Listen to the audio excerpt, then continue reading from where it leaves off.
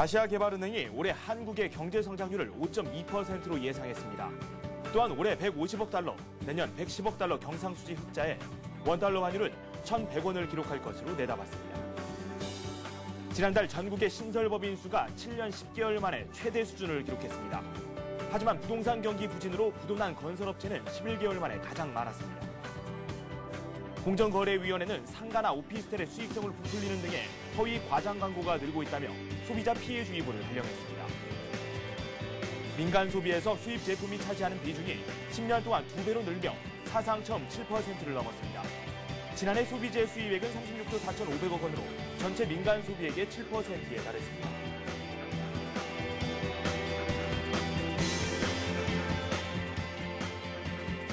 여러분 안녕하십니까. 라스트 성공 전략의 김정선입니다. 글로벌 증시에 먹구름이 잔뜩 끼어 있습니다. 미국에서 시작된 골드만삭스의 폭탄이 전 세계 증시를 강타하고 있는데요. 우리 증시에서도 1% 넘는 하락폭을 보여주면서 시장 상당히 부진에 빠져 있는 모습입니다. 개인이 열심히 매수를 하고 있지만 이 외국인과 기관의 매물이 꾸준히 나오고 있는 상황입니다. 차트상으로 살펴봐도 확연히 엇갈리는 모습이 나오고 있고 코스피 시장은 1710선이 이미 무너져서 1700선대에서 계속해서 움직이는 모습을 보여주고 있습니다. 오늘 우리 증시 이렇게 많이 하락하고 있기 때문에 자신이 갖고 계시는 종목 어떻게 해야 될지 상당히 고민이 많으실 겁니다. 저희에게 문의를 해주시면 되고요. 참여 방법은 샵 5588번으로 문자를 남겨주시면 됩니다. 매수하신 가격과 비중을 비롯해서 자세한 질문을 남겨주시면 저희가 열심히 상담해 드리도록 하겠습니다. 먼저 자세한 시황부터 살펴봐야 되겠죠. 시황센터 한번 연결해 보도록 하겠습니다. 새로운 얼굴입니다. 김보랑 캐스터입니다. 네, 시황센터입니다. 오늘 코스피와 코스닥 모두 부진한 흐름을 보여주고 있는데요. 앞서 미국 증시가 골드만삭스 여파로 부진하게 마무리됐습니다. 이에 따라 우리 증시도 하락하며 출발했습니다. 지금 현재 코스피 지수 전거래일보다 27포인트 내리면서 1707포인트에 거래되고 있습니다. 출발은 전거래일보다 26포인트나 내리면서 1708에서 출발했는데요. 장중에는 1719까지 오르는 등 상승하나 기대되게 했지만 시간이 갈수록 낙폭을 크게 늘려갔습니다. 오늘 투자주체별 매매 동향 보겠습니다. 개인이 홀로 순매수하고 있는 가운데 기관과 외국인이 매도하고 있는데요. 개인은 오늘 1,425억 원가량 사고 있습니다. 다음 코스닥 보겠습니다. 코스닥 역시 부진한 흐름을 보이고 있는데요. 지금 현재 전거래일보다 4포인트 내린 504포인트에서 거래되고 있습니다. 출발은 전거래일보다 6포인트나 내리면서 502선에서 출발했는데요. 장중에는 500선 중반에서 등락을 거듭하고 있습니다. 투자주체별 매매 동향입니다. 개인이 홀로 순매도하고 있는 가운데 기관과 외국인이 동반 매수하고 있습니다. 기관이 17억 원, 외국인이 29억 원 사고 있습니다.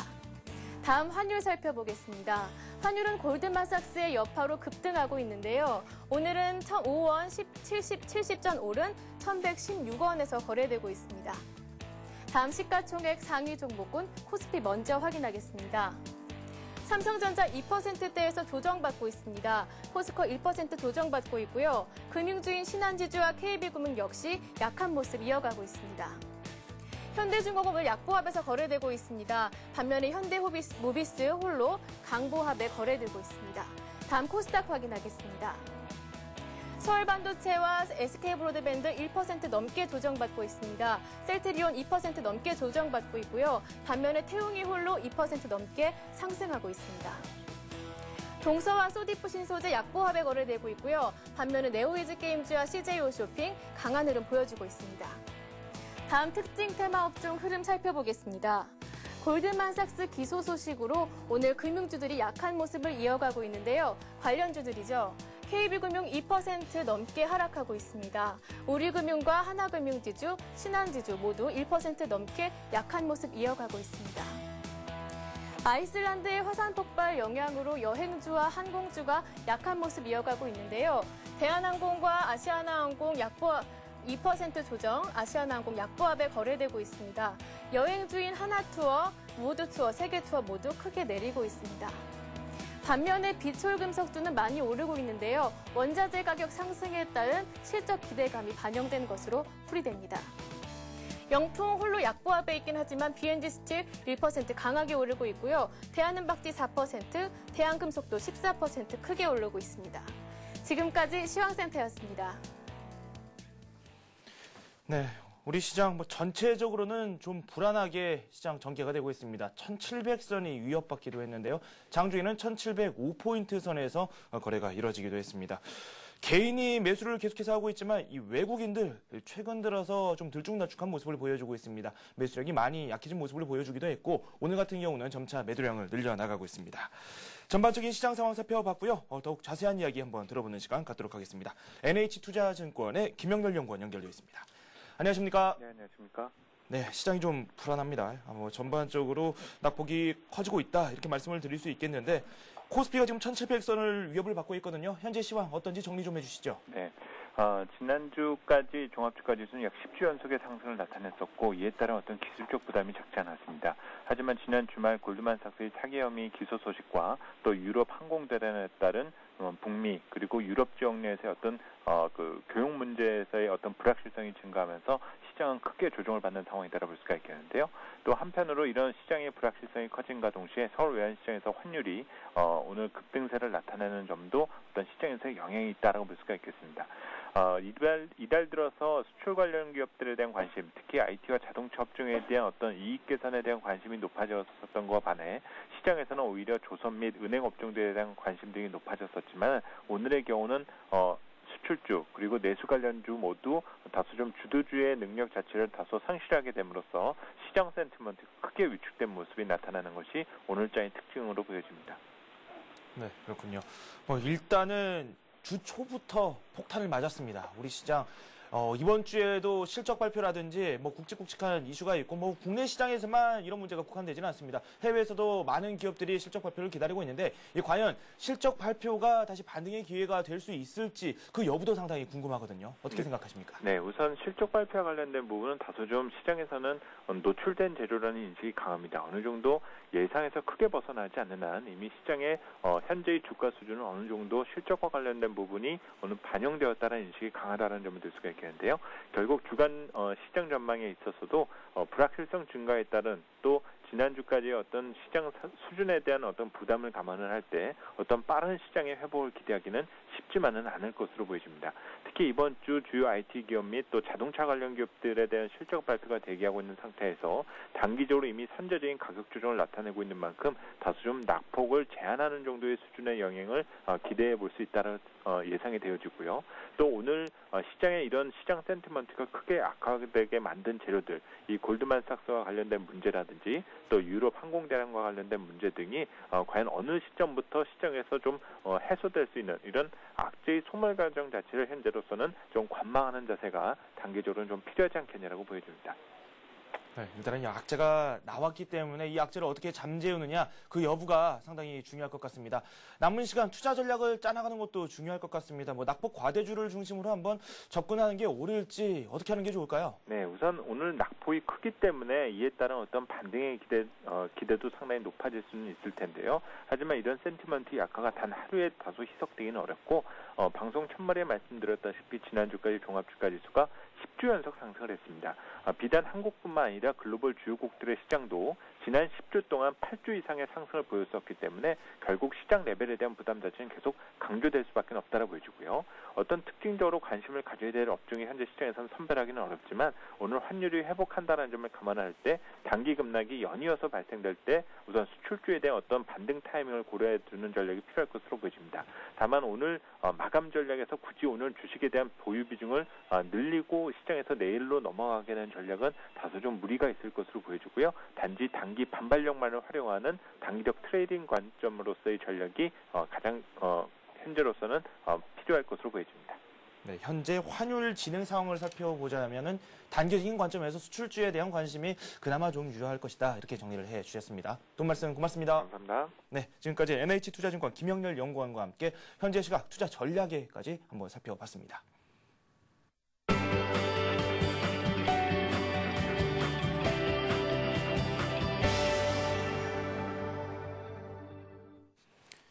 네, 오늘의 이슈 살펴봐야 되겠죠. 하이투자증권 김영진 부장 연결돼 있습니다. 안녕하십니까? 안녕하십니까? 네, 월요일부터 썩 좋지 않은 소식이 좀 들어왔습니다. 이 골드만삭스 피소 소식, 유독 우리 시장에서 큰 영향력을 발휘하고 있는 것 같다라는 생각이 드는데요. 어떻게 보고 계십니까? 예, 미국 시장보다 우리 시장 또 아시아전 시장이 더 크게 내리고 있다 이렇게 봐야 될 것 같습니다. 미국이 저점에서 상당폭 올라와서 마감이 되었는데요.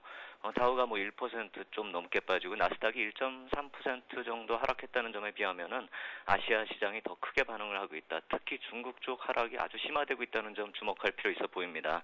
오바마 정부의 금융개혁안이 나올 당시 그때도 비슷한 양상이었는데 금융개혁안과 연결해서 해석할 이유가 악재의 내용도 비슷하지만 시장의 반응도 또 비슷하게 나타나고 있기 때문입니다.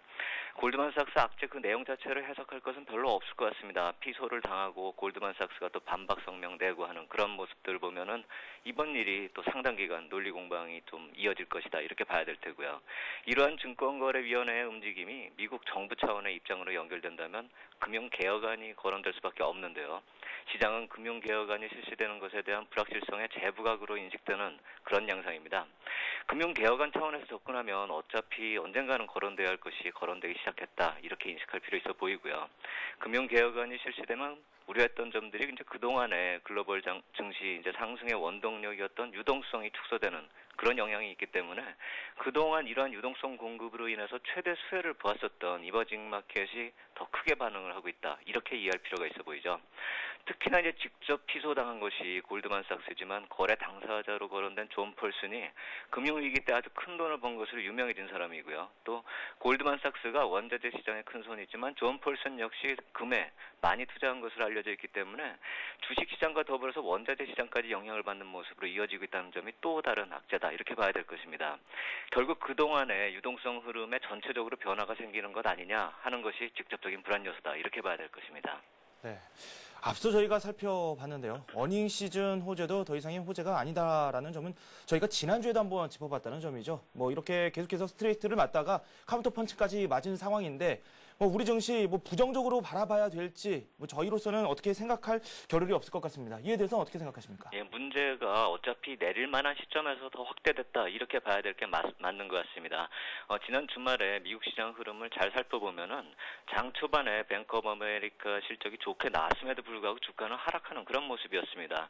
물론 종가는 뱅크 오브 아메리카가 5% 넘게 하락을 했는데 골드만삭스 얘기가 나온 이후에 하락이 커진 하락률이긴 하지만 골드만삭스 얘기 나오기 이전에도 주가는 이미 하락하고 있었다는 거죠. 목요일에 구글 실적 발표 때부터 나타났었다고 이렇게 말씀을 드렸었던 실적에 대해서 시장에 지나치게 높아진 눈높이의 문제가 계속 진행되고 있었다 이거죠. 이미 시장이 이렇게 좀 피곤해진 그런 모습이었다라고 하면은 이러한 시기에 악재가 나타나서 또 매물 한번 맞는 것이 더 낫다 이렇게 생각이 되는데요. 오늘 밤에 시티은행이 또 시티그룹이 또 실적이 나오고요. 내일 골드만삭스 그 유명한 골드만삭스가 내일 또 나오고 모레 모건 스탠리로 이어지는 이 실적 발표 시즌 일정을 그대로 감안을 한다면은 금융주가 계속 이번 주 초 내내 또 관심을 가지고 지켜볼 수밖에 없는 그런 상황인데요. 주말에 미국 시장의 금융주들 주가가 대부분 5% 안팎으로 하락했기 때문에 기술적으로는 주가 부담 많이 해소됐다고 인식할 필요 있어 보이죠. 다우 같은 경우가 1%대 하락이지만 금융주가 5%대 하락이기 때문에 이제부터는 또 실적에 어느 정도 반영을 할 수가 있는 실적에 맞춰서 또 상승을 할 수 있는 그런 만큼의 주가 부담이 많이 해소됐다 이렇게 인식할 필요가 있는 거죠. 이러한 투자 심리적인 측면에서 부정적인 면 말고 금융개혁안에서 거론될 실질적인 문제인 은행세 도입 문제도 시장에서 거론될 수가 있는데요. 이 문제는 6월하고 이제 11월에 G20 회의를 거치면서 내용이 어느 정도 정해질 것이고요. 지금은 아직 내용이 정해졌다 이렇게 볼 수가 없죠. 정해질 거다 이렇게 봐야 되겠죠. 이러한 문제가 이제 은행 수익성에 미치는 영향은 크지는 않지만 레버리지를 활용한 투자에 부정적인 영향이 미칠 것이란 전망이기 때문에 아까 말씀드렸던 유동성 축소 문제가 시장에는 또 부담으로 작용될 수밖에 없다 이렇게 봐야 될 것입니다. 네. 일단은 국내 시장에 직접적인 타격이 되고 있습니다. 낙폭 과대 측면에서 접근해야 되냐? 앞서서도 잠깐 살펴봤는데 관망하자라는 분위기가 더 큰 것 같습니다. 이 잠재적인 악재들도 많이 남아있는 상황에서 국내 증시 투자 전략 어떻게 꾸려나가야 될지 이 부분도 상당히 궁금하거든요. 네, 수급상의 문제가 나타나는지 살펴봐야 될 텐데요. 아직은 큰 문제다 이렇게 보긴 힘들 것 같습니다. 외국인 매도가 그렇게 크게 나타나고 있지는 않고 평소대로 거의 진행이 되고 있는데 매수세가 많이 약화됐다 이렇게 봐야 될 것 같습니다. 금융업종이 미국 영향을 받아서 낙폭이 크지만 오히려 또 그쪽으로는 외국인 투자자가 매수하는 모습 약간 좀 이상하죠. 골드만 문제에 대해서 이제 해석을 어떻게 하느냐에 따라 틀려지는 그런 문제다 이렇게 봐야 될 텐데 미국 시장 반응을 보면 대체로 미국 경제 펀더멘털이 개선되는 상황에 더 무게를 두는 상황이기 때문에 너무 문제를 확대 해석할 필요는 없다라고 생각이 됩니다. 단순히 피소된 것에 대해서 문제가 아니라 향후 유동성에 미치는 영향이 있다면 하지만 이제 문제는 간단하게 볼 건 아닌데 이런 문제 말고도 미국 시장은 너무 높아진 눈높이를 우려하는 분위기였었고요. 한국 시장 내부적으로만 봐도 순환매가 일단락되면서 주초에는 재료 공백 상태였기 때문에 조정 가능성이 어느 정도 커져 있었던 그런 상황이었습니다. 그렇기 때문에 이번 하락을 너무 좀 부담스러워할 필요는 없다 이렇게 말씀을 드릴 수가 있는데 이러한 상황에서 새로운 악재가 나타났기 때문에 하방으로 변동성이 예상보다 더 빨리 더 크게 나타난 정도 이 정도를 좀 인식할 필요가 있는 거죠.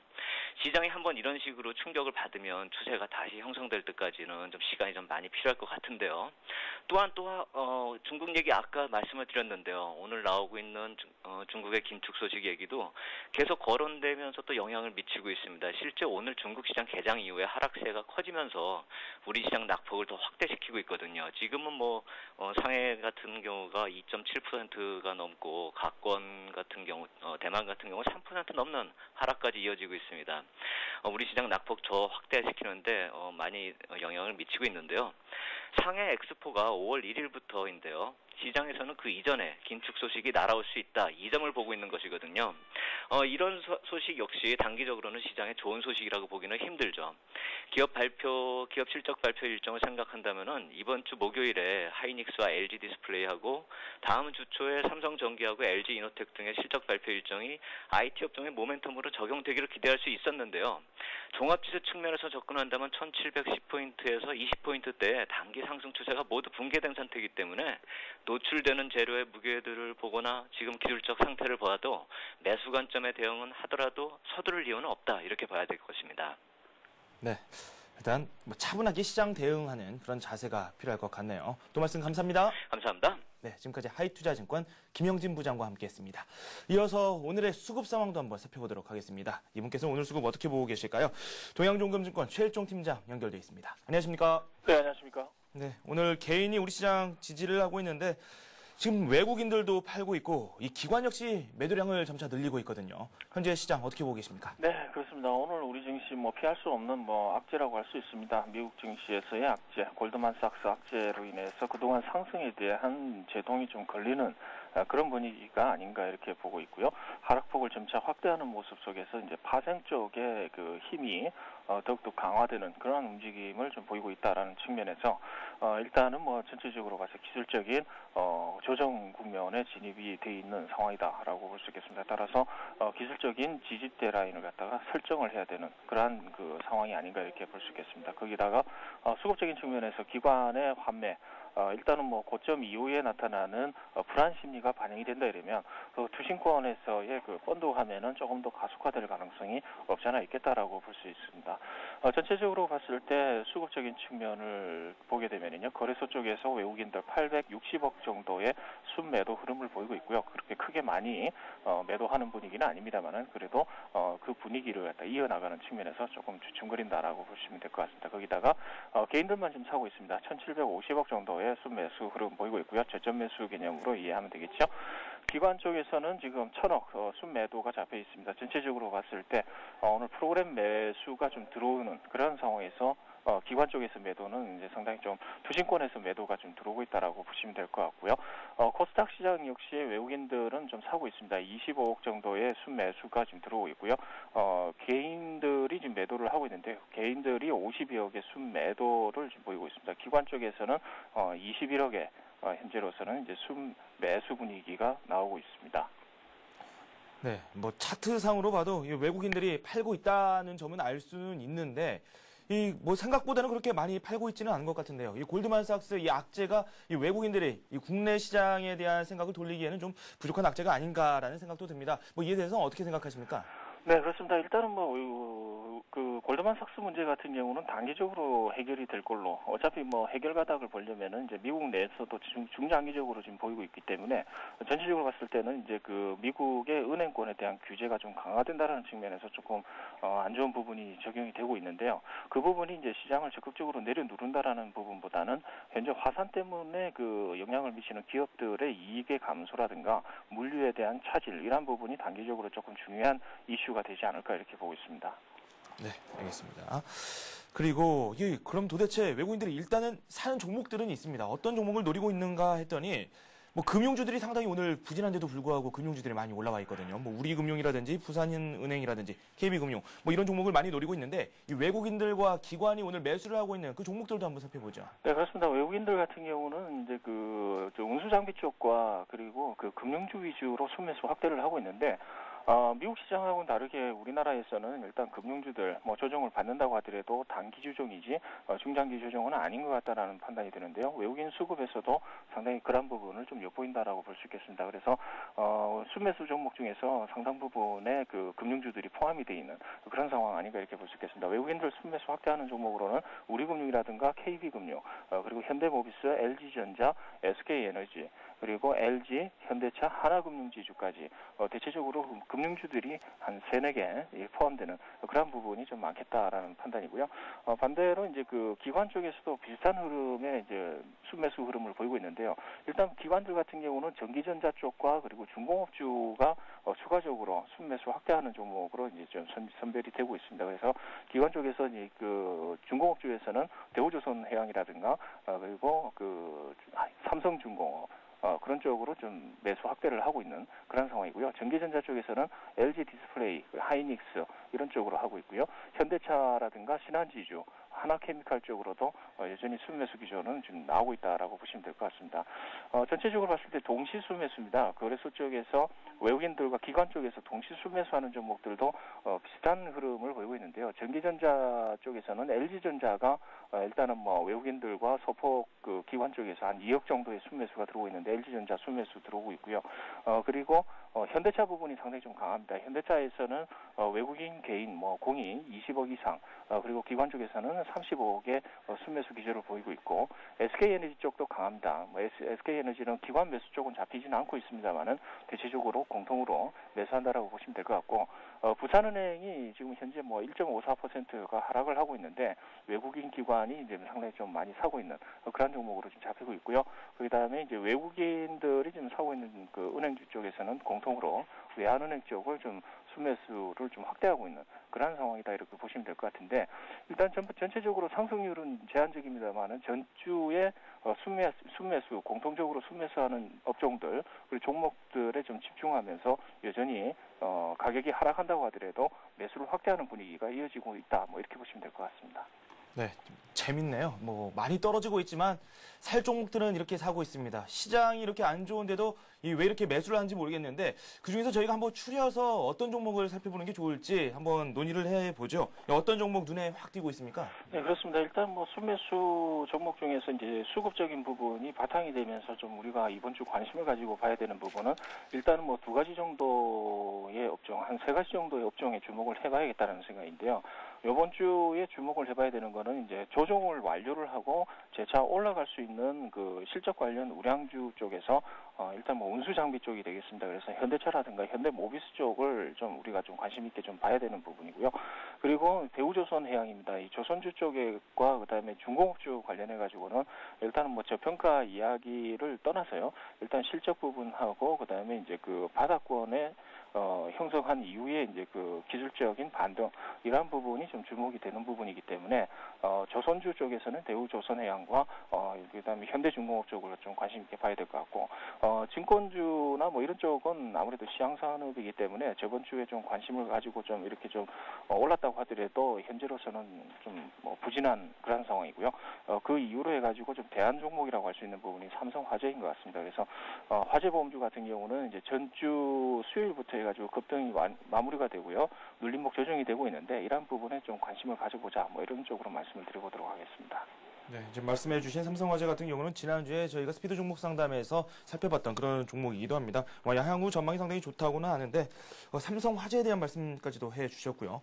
지금 여러 종목을 말씀해 주셨는데 그 중에 하나를 꼽자면 어떤 게 있을까요? 네, 일단은 뭐 조정이 완료되는 측면에서 이제 현대차를 말씀을 드릴 텐데요. 현대모비스도 이제 같은 개념으로 이제 보시면 될 것 같습니다. 그래서 현대차가 일단 뭐 계속해서 실적 모멘텀이 작용이 되고 있죠. 그런데 지수가 고점을 찍는 이후로 해가지고 이 본 종목 같은 경우는 132,500원 4월 5일 날 형성한 이후에 계속해서 조정을 보고 있습니다. 일단 2, 3주 정도의 지금 연속으로 지금 조정을 보고 있는데 일단 뭐 기술적인 부분에 있어서 20일 조정이 지금 마무리가 되고요. 60일선까지 지지 기반이 지금 확보가 돼 있는 그런 상황이다라고 볼 수 있겠습니다. 그래서 그동안 이제 그 지수 대비로 해서 이제 업종 선도주가 되는 뭐 그런 상황이었는데 지수 대비로 해서 선 조정을 좀 받았다라는 측면에서 60일선을 기술적으로 하회한다라는 부분은 조금 좀 납득하기는 좀 힘들 것 같다는 생각입니다. 그래서 이런 그 기술적인 60일선 조정을 마무리하고 일단 지지를 받는다고 친다 이러면은 어느 정도부터 재차 20일선을 상향 돌파하는 그런 흐름이 조만간 업종 대표주로서의 지수를 다시 재차 선도할 수 있는 부분이 가능하겠다라는 부분입니다. 그래서 11만 지금 현재가는 11만 9천 원 부분이 형성이 돼 있는데 일단 11만 6천 원까지 분할 매수하실 것을 말씀을 드리겠고요. 목표 주가는 13만 원까지 보겠습니다. 일단 13만 원 같은 경우는 전고점이라고 할 수 있는 13만 2,500원까지의 오버슈팅 가능성에다가 이번에 그 지수가 꼭지 그러니까 이제 고점을 형성할 때 선조정을 받았다는 측면에서 향후 지수를 들어 올릴 때 전고점 부분까지 안 간다고 하더라도 현대차에 대한 가격 면에서는 13만 원까지 충분히 갈 수 있는 그런 여건을 좀 우리가 바라봤다라는 측면에서 목표 주가는 13만 원까지 일단 보겠고요. 그리고 이제 손절가는 이렇게 보겠습니다. 손절가는 11만 4천 원 정도 보겠는데요. 11만 4천 원은 일단은 60일선이 하회하는 부분이 되겠습니다. 그래서 이 부분에 있어서는 전체적으로 업황이 좀 안 좋거나 아니면은 이제 그 실적 모멘텀이 선반영됐다라는 측면에서 일단 횡보 국면으로 이해하고 조금 현금화시키는 게 좋겠다라는 판단입니다. 네, 손절가를 좀 짧게 잡아주셨네요. 현대차에 대해서 한번 살펴봤습니다. 지금까지 수급엑스파일 동양종금증권 최일종 팀장과 함께했습니다. 감사합니다. 감사합니다.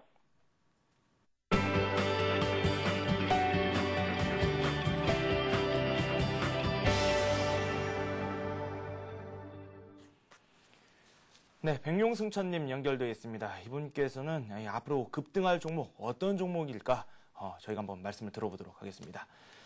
안녕하십니까? 안녕하십니까? 네, 오늘 급등이 예상되는 종목들 어떤 종목들이 있습니까? 예, 오늘 급등이 예상되는 종목 세 종목을 준비해 봤는데요. 수성이라는 종목이 있습니다. 꾸준히 실적을 내고 있고 소형 지게차 부분에서 독보적인 영역을 구축하고 있고 시장 1위 회사고요. 최근에는 이런 소형 지게차 부분에서 거둔 그런 실적을 바탕으로 전기차 부분에 진출할 계획으로 있어서 주목할 만하다고 보여지고요. 꾸준히 그 실적이 좋아지고 있다는 점에서 향후 기대해 볼 만한 그러한 정보로 말씀을 드릴 수 있겠습니다. 차트상으로도 아주 좋은 흐름을 보여주고 있죠. 오늘 시장 별로 좋지 않지만 강하게 저점 라인을 잘 지켜주고 있다고 보여지고요. 이런 저점 라인을 잘 지켜주면서 박스권을 이루고 있는 그런 모습이기 때문에 또 대량 거래 터지고 나서 거래량이 줄으면서 잘 주가가 버텨주고 있죠. 그런 부분에서 저점 매수 찬스를 한번 노려볼 만한 그런 종목이라고 말씀을 드리겠고요. 또한 시장이 어려울 때 역발상 전략으로서 한번 주식을 보는 것도 괜찮은데요. 이런 어려운 시장에서 신고가를 역사적 고점을 돌파하는 그런 종목이 있는데요. 세계적인 바이오 장비 회사로 도약할 수 있는 그런 기반을 최근에 갖추고 있는 일신바이오가 주목할 만하다고 보겠습니다. 꾸준히 실적이 나눈 회사고요. 바이오 산업이 개화되면서 이 바이오 장비를 만드는 회사가 오히려 실적이 더 좋아질 수 있는 그런 호기를 말릴 수 있다는 점에서 역사적 고점을 전부 돌파하는 그러한 흐름이기 때문에 분할 매수 전략으로 대응한다면 계속 상승 흐름을 이어갈 가능성이 높다는 점에서 주목할 만하고요. 또한 대형주 중에서는 현대미포조선이 최근에 수주가 증가하는 모습을 보여주고 있고 또한 계약 취소가 거의 없었다는 점에서 향후 실적 모멘텀이 살아날 거로 예상이 되고요. 또한 그 자산 가치가 부각이 되면서 최근에 시장이 안 좋음에도 불구하고 박스권을 돌파하는 강한 흐름을 보여주고 있는데요. 현대미포조선 흐름 굉장히 좋다는 말씀을 드리고요. 현재 국면에서도 매수에 가담하셔도 큰 무리가 없는 그러한 모습이고 주봉이나 월봉상으로 보신다면 아직도 랠리가 시작되는 그런 초기 국면에 있다는 것을 볼 수가 있고요. 여타 그 조선주 중에서는 가장 강한 흐름을 보여주고 있는 그런 종목 중에 하나라고 말씀을 드리겠습니다.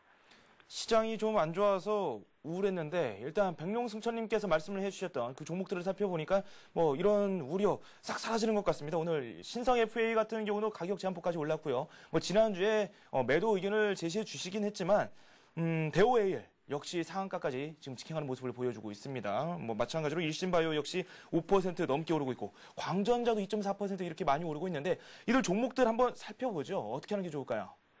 예, 일단 그 대오AL부터 말씀을 드리자면요. 지금 그 철도주의 대장주로 부각이 되고 있습니다. 그래서 그런 점에서 현재 좀 더 뭐 보유하신 분이라면 좀 더 뭐 시세를 즐겨봐도 되겠다 이런 말씀을 드리고 2,900원의 목표가를 제시해 드렸었는데 저는 목표가에 일단 도달을 했기 때문에 차익 실현한다는 말씀을 드리고 그러나 시장이 안 좋은 상황에서 3일 연속 상한가를 간다는 것을 봤을 때 추가적인 랠리의 가능성이 높은 그런 국면이라고 볼 수가 있겠고요.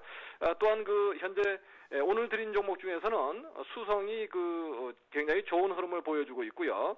한번 전 박스권 고점을 돌파를 시도할 것으로 예상되고 있기 때문에 전 고점 부분을 그 직전 박스권 고점을 목표로 보시고요. 현재 구간에서 한번 3,700원 전후 또는 밀어준다면 3,500원 정도 선에서 한번 지지 여부를 살펴보시고 매수 전략으로 대응하신다면 좋은 결과가 있지 않을까 그렇게 예상을 해보겠습니다. 네, 수성에 대해서 지금 막 말씀을 해주셨네요. 일단은 좋은 흐름을 보여주고 있고 오늘 역시 주가가 견조하게 흐르고 있습니다. 8% 가까이 상승을 하고 있습니다. 뭐 그 밖의 종목에 대해서 조금 더 말을 좀 하는 게 좋을 것 같습니다. 저희가 뭐 일신바이오 같은 경우도 현재 주가가 5,340원을 걷고 있고 저희가 목표가에 차근차근 다다르고 있는데요. 이들 종목군들에 대해서 뭐 어떤 모멘텀을 가지고 있는지 분석도 좀 해주시고 향후 저희가 어떻게 거래를 하는 게 좋을지 그에 대한 이야기도 좀 해주시죠. 예, 일단 일신바이오 같이 지금 시장이 안 좋을 때 신고가를 나간다는 것은 그만큼 이 회사의 미래 가치가 좋아진다는 의미죠. 시장이 안 좋을 때 그 누가 비싼 값으로 사줄 가능성이 거의 없다고 봤을 때 최고가로 사준다는 얘기는 지금도 역시 싸다 이런 인식이 있다고 봐야 되겠고요. 또 대량 거래가 고점에서 터지지 않고 거래량이 줄어드는 모습을 봤을 때 추가적인 상승 가능성이 높고요. 다만 고점에서 크게 오른 다음에 대량 거래가 터지는 이러한 거래가 터지는 모습이 나온다면은 차익 실현에 나서는 전략이 좋겠는데요. 지금 흐름으로 본다면 처음에 그 6,000원의 목표가를 제시해드렸는데요. 무난하게 일신바이오 같은 경우는 6,000원의 목표가에 도달할 거로 예상되고 있고요. 현재 구간에서도 그대로 가져가시는 전략이 좋겠다는 말씀을 드리고요. 또한 광전자 같은 경우는 지난주에 드렸었는데요. 고덴시아하고 그다음에 그 나리지연이 3사가 광전자 이 3사가 광전자로 흡수 합병되는 그런 상황이 되고 있는데요. 광전자는 지금 LED 관련해서 그 3사가 합병된다면 굉장한 시너지를 받을 거로 예상되고요. 그런 점에서 실적 호전의 기대성이 굉장히 높다. 그런 점에서 광전자는 탄탄하게 추세를 짜면서 올라갈 가능성이 높은 그런 상황을 그 예측을 하지 못한 상황이었었는데요. 좋은 상황을 오히려 막고 있다는 점에서 이런 그 추세 라인을 한번 쭉 보시고요. 이 추세 라인을 급격히 이탈하지 않는다면 추세 라인의 흐름을 믿으시고 저점 구간에서 눌림목에서 한번 편입을 분할 매수로 해보는 전략으로 하신다면은 쭉 상승을 할 거로 예상되고요. 확실히 그 실적이 좋아지는 그런 종목들은 시장이 좀 어려워져도 걱정하지 마시고 그런 종목은 좀 덜 오른 그 우하향하는 종목을 주로 보시는데요. 우상향하는 종목을 보시는 게 주식시장에서는 수익을 내는 비결이다 이렇게 항상 생각하시고 그 계단식으로 올라가든 아니면 추세를 타고 올라가든 계속 올라가는 종목을 눌림목마다 한번 사보는 전략이 좋겠고요. 다만 상한가로 달리는 종목들은 우리 투자자분들이 굉장히 조심스럽게 접근할 필요가 있겠다는 말씀을 드리고요. 상한가로 달리는 종목은 그런 그 급등에 대한 그 대응이 되시는 분들만 한번 가보시고 이렇게 차분히 올라가는 종목들을 추세 라인을 보시면서 준비해 보시는 전략 좋아 보인다는 말씀을 드리겠습니다. 네, 감사합니다. 지금까지 백룡승천님과 함께 급등이 예상되는 종목들을 한번 살펴봤습니다.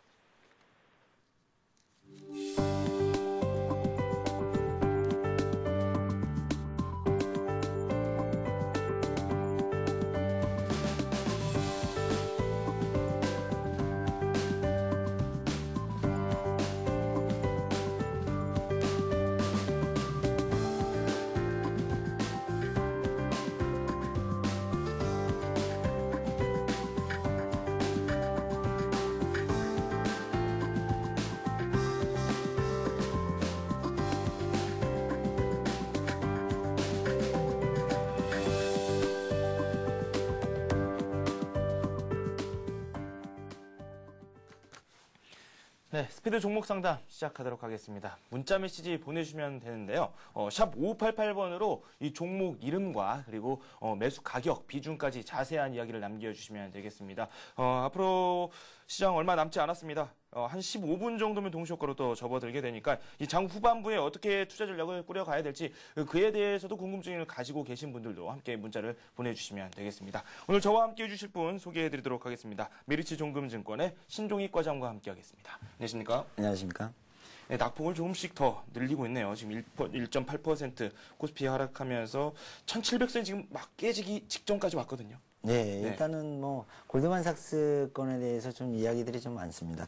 개인적으로 뭐 여러 전문가들 의견들이 있으시겠지만 개인적으로 봤을 때는 오바마 정부의 은행 규제안의 연속 손상이 지금 아직까지도 놓여져 있다. 그리고 앞으로 또 골드만삭스 같은 경우에 대한 부분 이런 부분들은 은행 규제안이라든가 금융기관 미국에서 금융기관 규제안에 계속 있을 수 있는 일이라고 생각이 듭니다. 그리고 조금 더 상품 구조로 보면 좀 해프닝에 가까울 정도로 정부의 어떤 그 상품을 허가해준 게 정부고 그 정부가 관리를 제대로 못했다는 것도 좀 해프닝에 가까운 사실인데요. 지금 입장에서는 제 개인적으로 외국인이 유동성 축소로까지는 보고 있지 않는 것 같습니다. 왜 오늘 800억 정도의 매도세면 어느 정도의 수준의 매도세가 있을 수 있다. 근데 우리나라 시장이 왜 이렇게 많이 빠질까? 수급의 공백 상태라고 보시면 될 것 같습니다. 어차피 지금 시장에 대한 부분은 외국인의 주도 장세였기 때문에 외국인 수급의 주도 장세였다 보니까 그 수급의 자체가 약간 쉬는 모습을 보여주고 있기 때문에 조금 악재에 의해서 좀 민감하게 반응하는 것 같다라고 보시면 될 것 같고요.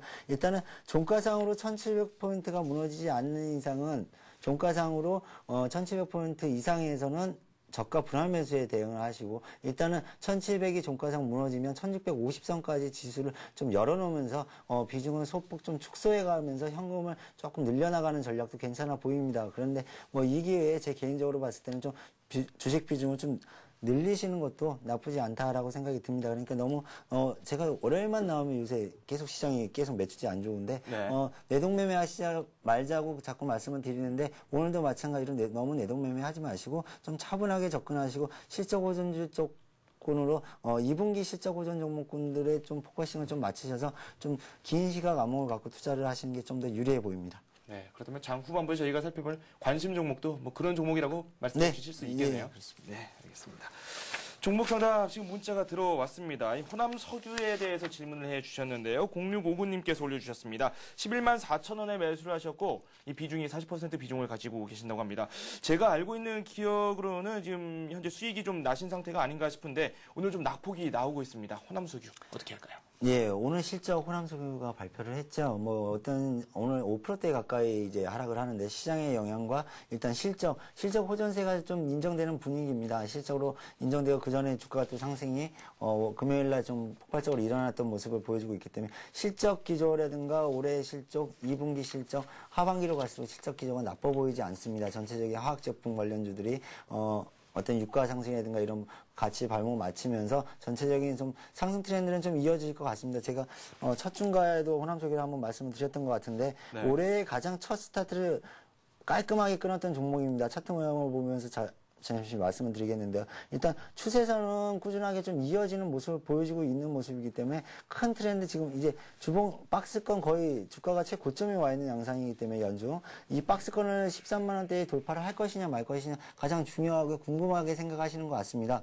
개인적으로는 목표가 16만 원 정도까지는 열어놓고 보셔도 될 것 같고요. 박스권 돌파 가능성이 있어 보입니다. 일단 단기 실적 오픈된 재료가 나왔기 때문에 실적 호전이랑 오픈된 재료가 나왔기 때문에 약간 숨고르기 편이 있을 수 있겠지만 일단은 큰 흐름에서 봤을 때는 하반기 실적으로도 양호하기 때문에 좀 더 주가를 좀 길게 보시는 모멘텀으로 좀 말씀을 드리고 싶고요. 일단 손절가는 지금 하단선 박스권 하단선이 11만 1,000원 정도로 말씀을 드리고 일단 지속적으로 중기적으로 좀 보자. 그리고 조금 더 이익 실현을 좀 더 해보자라고 말씀드리고 싶습니다. 그렇기 때문에 좀 끌고 가보자라고 말씀드리고 싶습니다.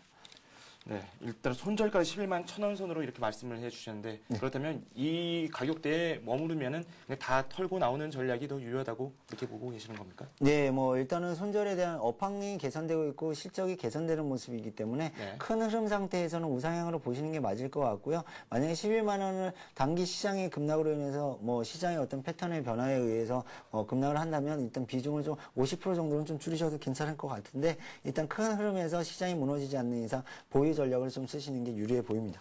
네. 일단은 손절선을 11만 1,000원 선으로 말씀을 해주셨습니다. 하지만 중장기적으로 봤을 때 유망한 종목이라고 소개를 또 해주셨고요. 좀 더 이 보유하시고 가져가시는 전략에 대해서 살짝 귀띔을 해주셨습니다. 호남 석유에 대해서 살펴봤습니다. 두 번째 종목 5324님께서 올려주셨습니다. 트라이에 대해서 질문을 해주셨는데요. 11,800원에 매수를 하셨고 이 비중이 70% 비중을 가지고 계신다고 합니다. 좀 많이 떨어져 있는데 매도를 해야 하나요? 이렇게 질문을 해주셨습니다. 오늘 전체적으로 코스피도 그렇고 코스닥도 그렇고 시장 상황이 좀 안 좋다 보니까 더 걱정이 더 많으실 것 같거든요. 트라이. 네. 연일 급등에 의해서 일단은 오늘도 하한가를 좀 맞는 모습을 보여주고 있는데 네. 지금 입장에서 오늘 마지막 기술적인 패턴만 놓고 말씀을 드리겠습니다. 일단 기업적으로 봤을 때는 이 정도까지 급등해야 될 만한 회사는 아니다라고 제 개인적으로 판단하고 있고요. 일단은 캐릭터에 대한 사업을 신규로 진입하면서 좀 단기 급등에 대한 모습을 보여주고 있는데 일단은 오늘 하한가를 맞으면서도 단기 대량 거래가 좀 실리고 있는 모습입니다. 굉장히 안 좋은 모습입니다. 근데 일단 대량 거래가 실렸기 때문에 하한가를 꽂더라도 내일 단기 기술적 반등의 패턴이 나타날 수는 있습니다. 그렇기 때문에 거래 이후에 단기 기술적 반등 이후에 더 주가가 하락하는 패턴들이 많이 나타나거든요. 그렇기 때문에 지금 현재 실적이라든가 전반적인 그 성장 모멘텀, 뭐 캐릭터 산업의 일회성이다라고 좀 보여지기 때문에 단기 제가 보기에는 기술적 반등 이후에서 조금 빠져나오시는 게 좋을 것 같습니다. 11,800원 좀 고가권에 걸리셨는데요. 일단 오늘 대량 거래가 실렸기 때문에 내일은 기술적 반등이 예상이 됩니다. 그렇기 때문에 개인적인 생각에는 좀 손절가를 좀 낮게 잡도록 하겠습니다. 9,200원 정도 수준에 좀 손절에 대한 부분을 좀 적극적으로 대응하시는 게 좋아 보입니다. 그리고 비중이 70%가 이런 개별 종목도 급등 종목군에 좀 비중을 70% 담는 투자의 패턴들은 조금 많이 안 좋아 보입니다. 그러니까 단기 급등에 대한 특별한 이유가 사유가 없고 실적이 안 쫓아오는 종목군들은 이렇게 너무 비중을 많이 담으시면 포지션에 좀 부담이 되기 때문에 조금 이런 부분에서는 좀 조심하시는 게 좋을 것 같고요. 단기적으로는 오늘 거래량이 터지면서도 하한가를 들어가는 모습은 굉장히 안 좋기 때문에 일단 기술적 반등 때 최대한 좀 물량을 축소하시는 전략을 쓰시는 게 좀 유효해 보입니다.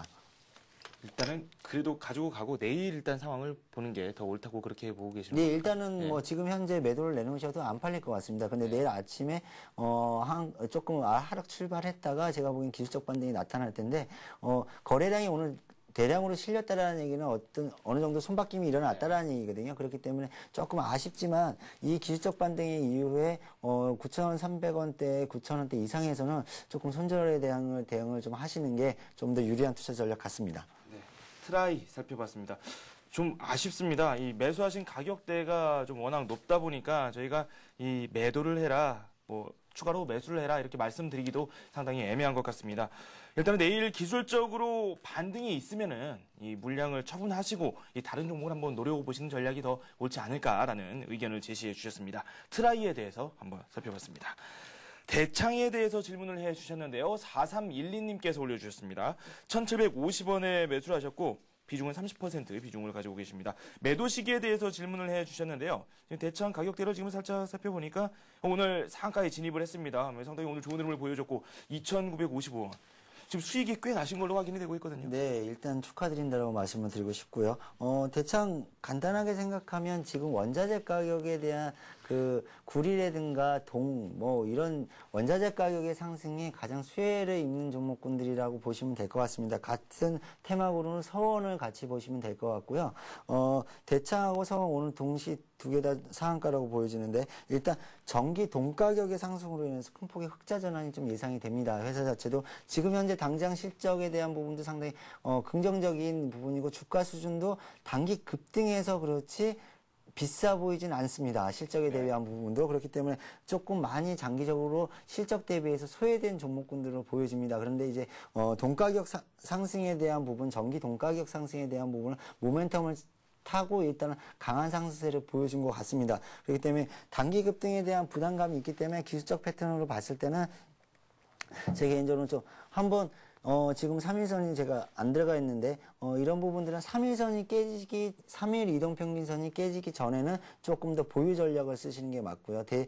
조금 더 그 여유 있게 투자하시려면 3일선에 대한 부분을 좀 견제하시고요. 3일선에 대한 부분이 이탈 시에는 좀 매도 전략을 쓰시는 게 좋은데, 단기 이 패턴으로 봤을 때는 3,500원 정도로 좀 중기적으로 주봉상 보면 3,500원 정도로 일단은 목표가가 좀 세워질 수 있을 것 같고요. 단기 이탈가는 3일 이동평균선이 이탈하는 시기에 맞춰서 조금 더 그 매도 시점을 잡아보시는 게 좋을 것 같고요. 혹시 이런 종목군들이 다시 제가 보면 단기 급등은 했지만 비싸지는 않아 보인다라고 말씀드렸던 거는 이런 종목들이 단기 급등에 대한 부담감을 접고 뭐 11선에 가까우거나 22선에 가까워오는 조정을 보인다면 다시 저가 매수에 계속 트레이딩 관점에 매매를 하셔도 조금 더 유효해 보이는 전략이라고 보여집니다. 그렇기 때문에 워낙 단기 상승에 대한 부담이 있기 때문에 일단 3일선 이탈에 대한 매도가 보시고 목표가는 3,500원 정도로 좀 보시고 가시는 게 좀 더 유리한 전략인 것 같습니다.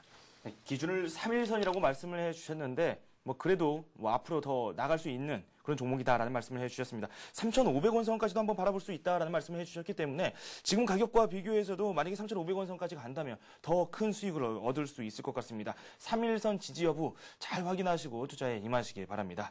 이렇게 해서 대창까지 살펴봤고요.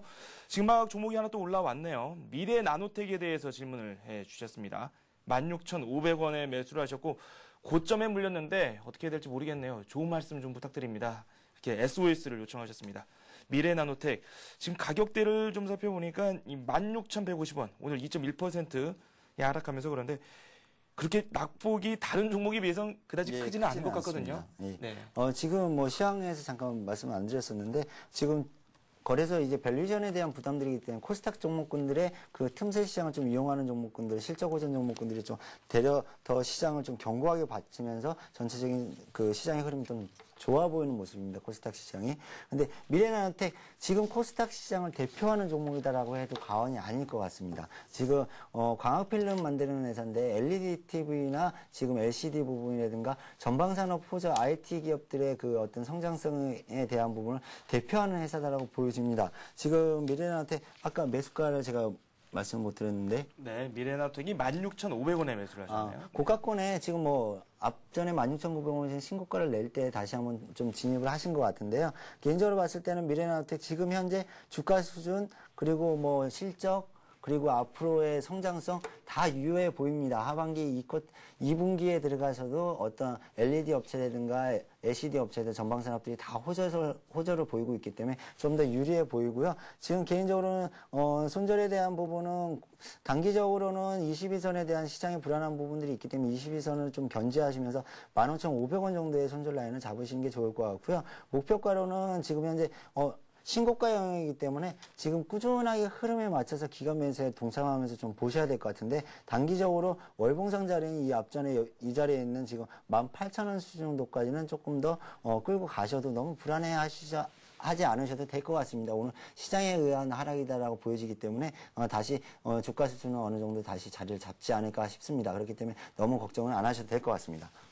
네, 알겠습니다. 미래 나노텍에 대해서는 뭐 그렇게 크게 걱정할 필요는 없다라는 말씀을 해주셨습니다. 시간이 벌써 이렇게 됐네요. 예, 또 동시효과로 접어들 시간이 됐고요. 한 종목만 더 살펴보도록 하죠. 이 남해화학에 대해서 질문을 해주셨네요.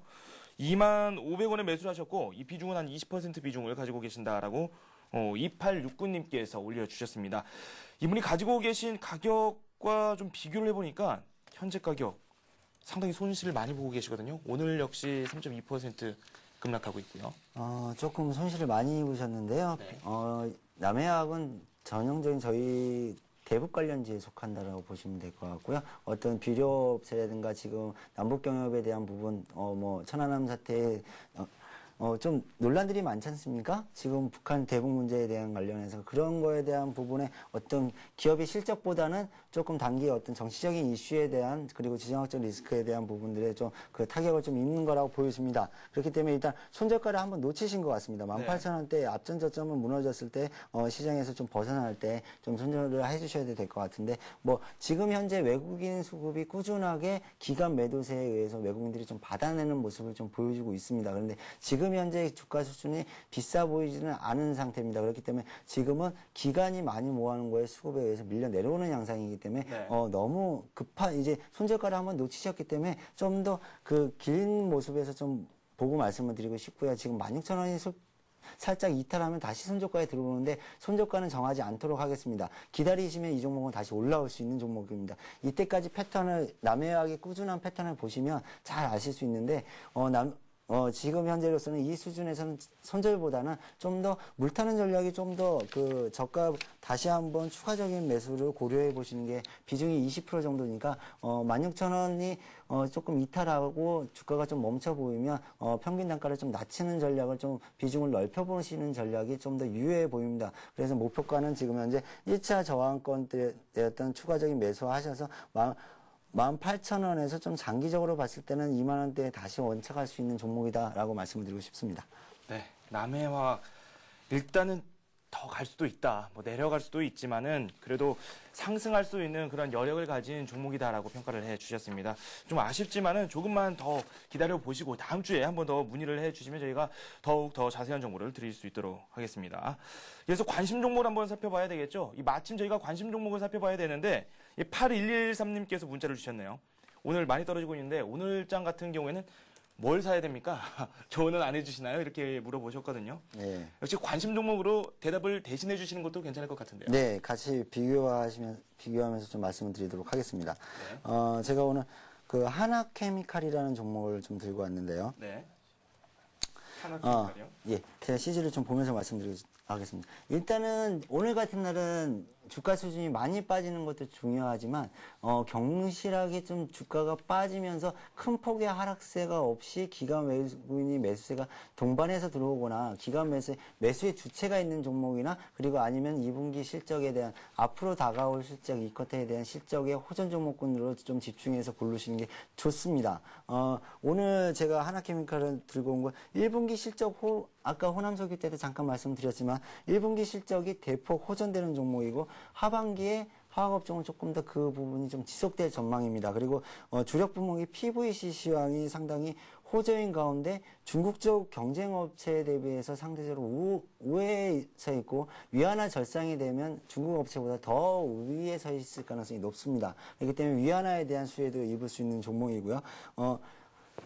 작년 하반기부터 화학업종이 상당히 좋았는데 호남석유화학 차트를 보시면 아까 말씀드렸지만 계속 신고가 영역으로 다가오고 있는데 네. 이 하나케미칼은 그룹사 리스크가 좀 있었습니다. 그룹에 대한 무리한 M&A 추진 하나그룹이 뭘 인수한다 거기에 대한 부담감들이 상당히 노출이 많이 돼 있던 종목군들인데 그 부분이 주가에 상당히 희석돼 있었다라고 보여집니다. 그렇기 때문에 전체적인 부분에서는 오늘도 낙폭이 오늘 주가 제가 나오기 전에 확인해 본 결과는 주가가 빠질 때마다 장중 또 플러스도 갔었던 종목이고 네. 15,050원 지금 종가 들어갔는데 매수가 차트를 흐르면서 매수가 일단 15,000원 밑에서 사보시는 게 좀 시장 상황이 너무 불안하니까 네. 15,000원 밑에서 매수가 좀 제시해드리도록 하고요. 목표가는 16,500원 정도 제시해드리도록 하겠습니다. 네. 그리고 중기 목표가로 18,000원 정도 말씀을 드리고 싶고요. 손절가는 일단 14,300원 정도 21선 이동평선이 조금 단기적으로 이탈하면 좀 손절에 대한 부분을 좀 생각해 보시는 게 유리해 보입니다. 아까 잠깐 말씀드리면 오늘 같은 장에 옥석을 되게 가리기가 쉽습니다. 네. 대려 덜 빠지는 종목군들이 많이 빠진 종목을 선택하시는 분들이 대부분 개인 투자가들인데 그러지 마시고 분명히 빠지지 않는 이유는 있습니다. 시장에서 좀 잘 찾아보시면 네. 외국인이 매수하든가 기관이 매수하거나 아니면 펀더멘탈이 좋든가 실적 호전에 대한 재료가 있든가 어떤 재료 부분이 분명히 있습니다. 그렇기 때문에 빠지는 종목과 너무 낙폭이 큰 종목보다는 작게 빠지는 종목, 시장의 영향은 받지만 좀 더 작게 빠지는 종목군들의 관심을 가지시면서 좀 포커싱을 맞추시는 게 좀 더 훌륭한 전략이지 않나 싶습니다. 네, 아주 신선한 말씀을 들어봤습니다. 많이 떨어지는 종목보다 그나마 좀 덜 떨어지는 그 종목들이 더 유리한 그런 종목일 수도 있다라는 말씀까지 한번 들어봤습니다. 지금까지 메리츠종금증권 신종익 과장과 함께 스피드 종목 상담 많은 종목 살펴봤습니다. 감사합니다. 네, 감사합니다. 네, 증시 이제 마감길에 접어들었습니다. 1700선에 걸쳐 있는 상황입니다. 잠시 후 2부에서 자세한 소식 전해드리도록 하겠습니다. 잠시 후에 뵙겠습니다.